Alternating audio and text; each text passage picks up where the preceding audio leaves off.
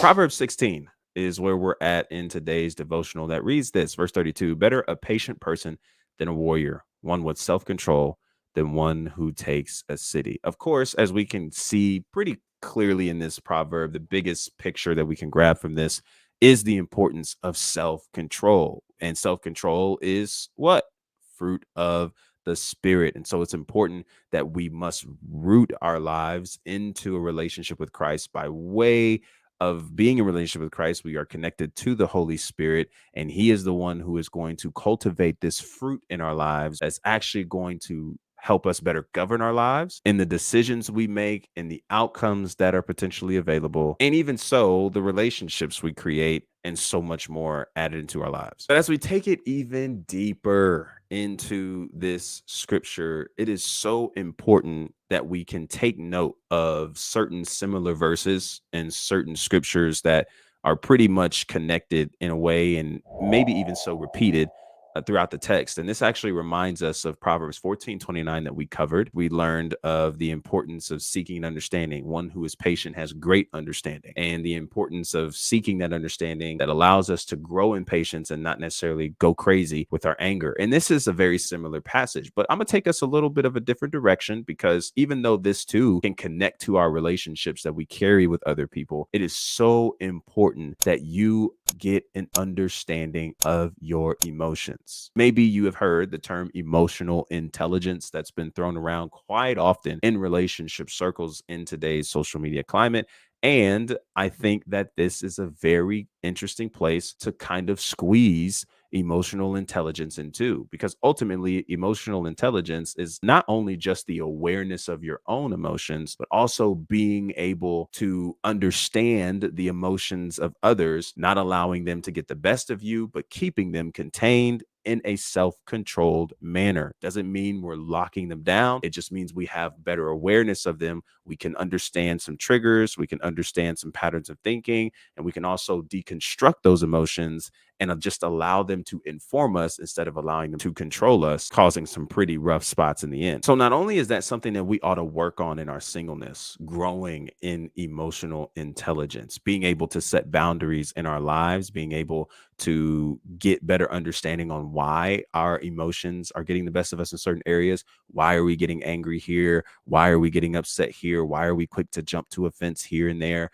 And asking ourselves those questions to get those reps in every day. We also see in this text the importance of what being slow to anger reveals. And it actually reveals an importance of patience, as we've covered, an importance of understanding, as we've covered, and of course, an investment in your self awareness. So it's kind of hard for you to be slow to anger if you don't even ever recognize why you're being angry, why that word, why that phrase triggered you the way it did, why you responded out of a manner of jumping to offense so fast and so easily, and being willing to get into a humble space and really working on those things, journaling, asking questions, and making a commitment to grow in self awareness and self control to have stronger outcomes in the relationships and connections you carry. So, my biggest encouragement to you as we work through this devotional is to not wait until you get that relationship, wait until you get that marriage, wait until you get that person, to then start learning how to have self control over your emotions, to not allow your anger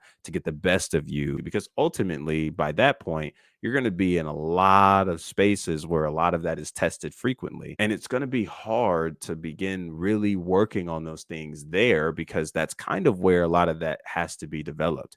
And if you are already there, it's not to say that it can't be developed in that space. It just takes more work, because you're literally in a space of being in a daily sparring match with those emotions being tried and having to step back and evaluate, assess, and continue growing from those spaces. But this is essentially what the singleness is for, to take that time to get that awareness and to really be willing to work on those things so you are more prepared for those encounters, for those conversations, for those disagreements, ultimately for that connection where all this would take place in the future relationship and marriage that you desire. So here's a few questions I would love for you to consider on your way out of here. What makes you offended? What are your insecurities and or triggers? And how are you dealing with those insecurities and triggers? What are some of your responses when you're confronted? How about when you're challenged or even held accountable? Do you do a lot of screaming, yelling, perhaps even attacking that person with a very reckless mouth. Or maybe you don't respond in that way, but you shut down, you grow quiet, you run away from the conversation, you shy completely from it. Because either way, all those are descriptions that we might need to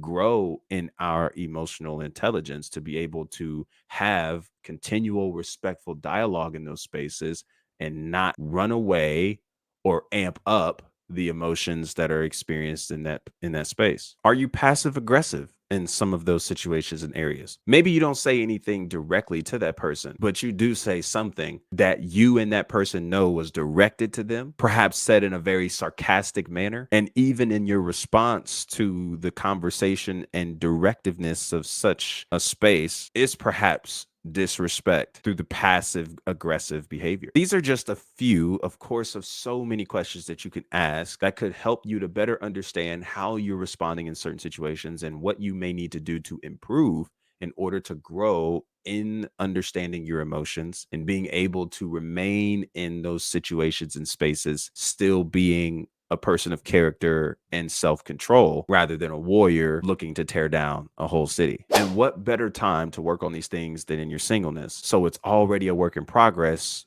prior to you coming across the right person for you that you can continue to grow with and getting better understanding moving forward. So shout out to getting patience, shout out to being slow to anger, shout out to understanding, shout out for us to begin this upcoming year focusing more on growing in our emotional intelligence, growing in our own self awareness, and not just remaining in those spaces to simply say it's who I am and it's what I do, but recognize some of the insecurities, the toxic behavior, the struggles that could potentially hinder the relationship and make an effort to grow in those spaces for the betterment of the relationships that you cultivate. And I think you and the others you connect to will be better off the more work you're willing to put in to make your relationships as healthy, happy, and whole as possible. Your boy appreciates you oh so much for tuning into this video. If you like this kind of content, be sure to subscribe, like this video, share with a friend who could also benefit